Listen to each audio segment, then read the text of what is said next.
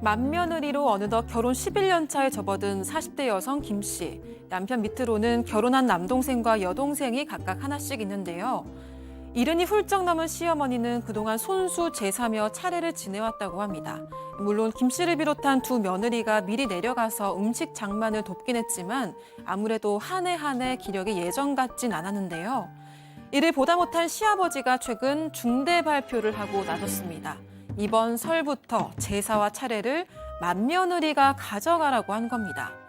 아니 맞으라고 크게 덕을 본 것도 없는데 맏며느리 혼자 하라니 명절을 코앞에 둔 김 씨 한숨이 깊어져만 가는데요. 과연 이 모든 걸 맏며느리가 짊어지는 게 맞는 걸까요?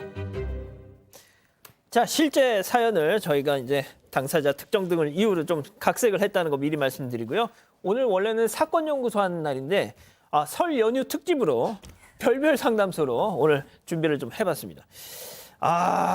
오늘 사연자 역시 이 제사와 차례 문제로 머리가 지끈지끈이군요.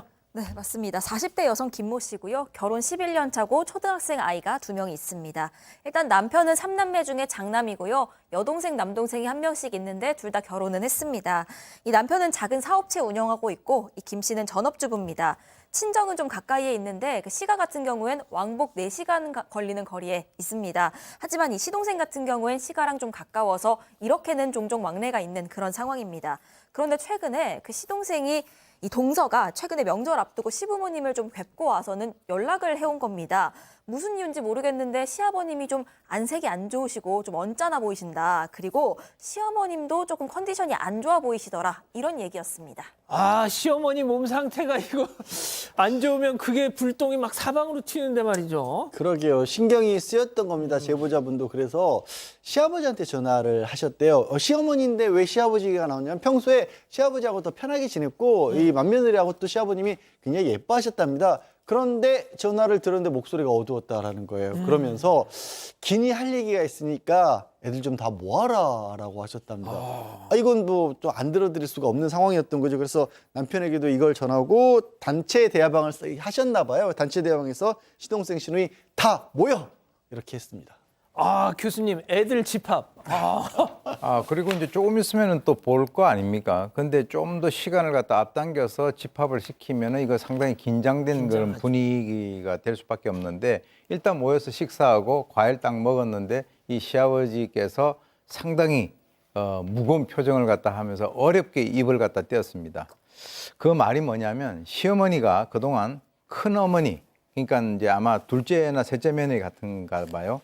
큰어머니 돌아가신 이후에 20년 가까이 손수 제사 차례를 모셔왔는데 시어머니도 이제 곧 내일 모레 이제 팔순을 앞두고 있어요. 아이고야. 70대 후반인 것 같아요. 아이고. 그리고 이제 한 해 한 해 건강이 예전 같지 않고 하하. 최근에 이제 허리, 무릎이 안 좋아서 더 이상 움직이기 힘들다는 거죠. 그래서 제가 봤을 때는 아마 이 시어머니가 그동안에 참고 참다가 분노가 폭발한 것 같아요. 시아버지한테 야, 나 더 이상 못한다. 이제 네가 알아서 하든가 이제 며느리를 갖다가 시키든가 난 이제 더 이상 못한다. 아마 이렇게 된 것 같아요. 그러니까 이제 시아버지도 뭐 이제 여러 가지 좀 복잡을 한 그런 상황인데 그래서 이제 아이디어를 낸 것이 이번 설을 기하로 맏며느리, 며느라 이제 차례 제사 너한테 다 물려주마. 이렇게 이제 얘기가 된 거죠. 이 영감탱이 네가 하든지 없애든지 알아서 해 했더니 자기가 할 수는 없고 없앨 수는 없으니까 며느라. 그동안 이제 시어머니가 큰어머니한테 받으면서 좀 간소하게 했다고 해요. 4번 정도라요. 명절 차례 2번, 기제사 2번. 그렇게 하는데 문제는 시어머니가 이미 제사상 준비를 다 했고 며느리 2명을 데리고 와서 전날에 이제 음식 장만하는데 어머니 솜씨가 되게 뛰어났던 것 같아요. 그래서 배우는데도 상당히 시간이 많이 걸렸다고 그러고요. 그렇지만 손발은 이제 잘 맞는 그런 시점에 좀 문제가 좀 터진 것 같아요.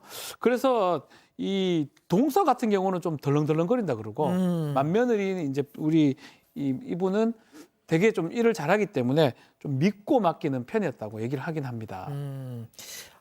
이게 진짜 맏며느리는 전혀 생각도 않고 있다가 그냥 한꺼번에 확 들어온 거예요, 지금. 그렇죠. 근데 예상을 아예 못했던 건 아니긴 합니다. 뭐 맏며느리라서 예상은 하고 있었는데 그 시어머니가 또 워낙 손수 직접 음식하는 거에 자부심이 있으신 편이라서 아직 본인 차례 되려면 멀었다고 생각을 했던 겁니다. 또 자기 실력을 생각했을 때도 물려주시지 않겠다 이렇게 생각을 하고 있었던 거죠. 그리고 나중 가서 그 제사를 받게 되더라도 그때 돼서 이제 나랑 동서랑 좀 번갈아면 되지 않을까 이렇게 막연하게만 생각하고 있었습니다. 그런데 이렇게 갑자기 통보를 받을 줄은 정말 꿈에도 몰랐던 겁니다. 김 씨가 당시에 이 얘기 같이 듣고 있던 동서 얼굴을 슬쩍 봤는데요. 동서는 정말 아무 생각 없는 얼굴이었고 거의 남 얘기 듣듯 하고 있어서 사실 좀 속이 상했다고 합니다. 아, 그러니까 그 순간 동서를 이렇게 딱 쳐다봤는데 동서는 갑자기 뭐 이러고 있었어.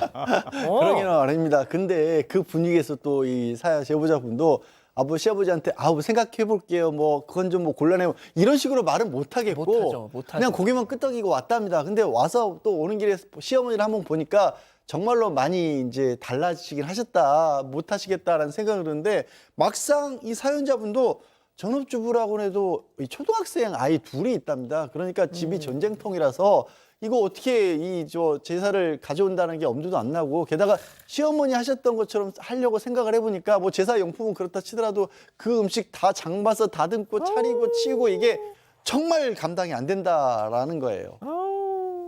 자, 잠깐 가서 하루 이틀 도와드리는 거 하고 그걸 온전히 도맡아서 주관을 하는 거랑은 완전 다른 거잖아요. 천지 차이죠. 천지 차이죠. 그렇기 때문에 집으로 돌아오는 길에 남편한테 어쩌지? 그러면서 동서 얼굴 봤지? 완전 남 얘기하는 것처럼 듣고 있던데? 라고 얘기를 했습니다. 뭔가 좀 공감을 얻고 싶었던 것 같은데 그렇죠. 남편이 어떻게 얘기했냐면 너 만면허이 아니냐? 시집 와서 10년 넘게 뭐 특별한 고생 없이 잘 지냈잖아. 언젠가는 할 일이라고 생각했잖아. 결국 해야 될 일인데 마음 편하게 생각해라. 이렇게 얘기를 했다고 해요.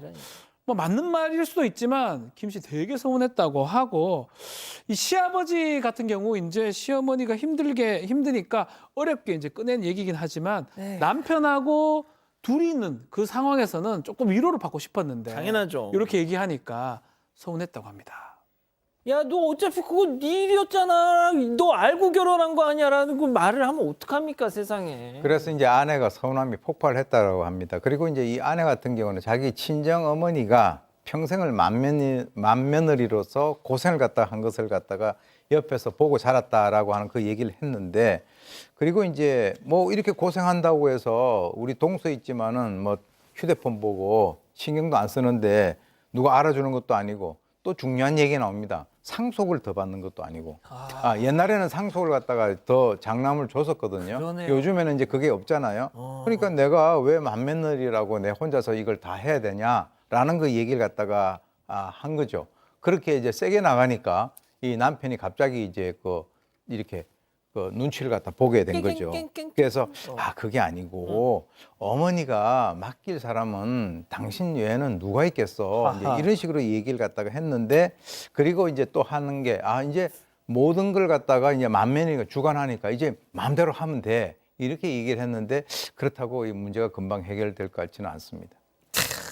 자, 다행히 이제 뭐 남편이 아슬아슬하지만 겨우겨우 또 이렇게 슉슉슉 갔어요, 지금. 자, 그런데 과연 맏며느리가 이 상황 알아서 해도 되는 걸까요? 문제는 이 시아버지인데 말이죠.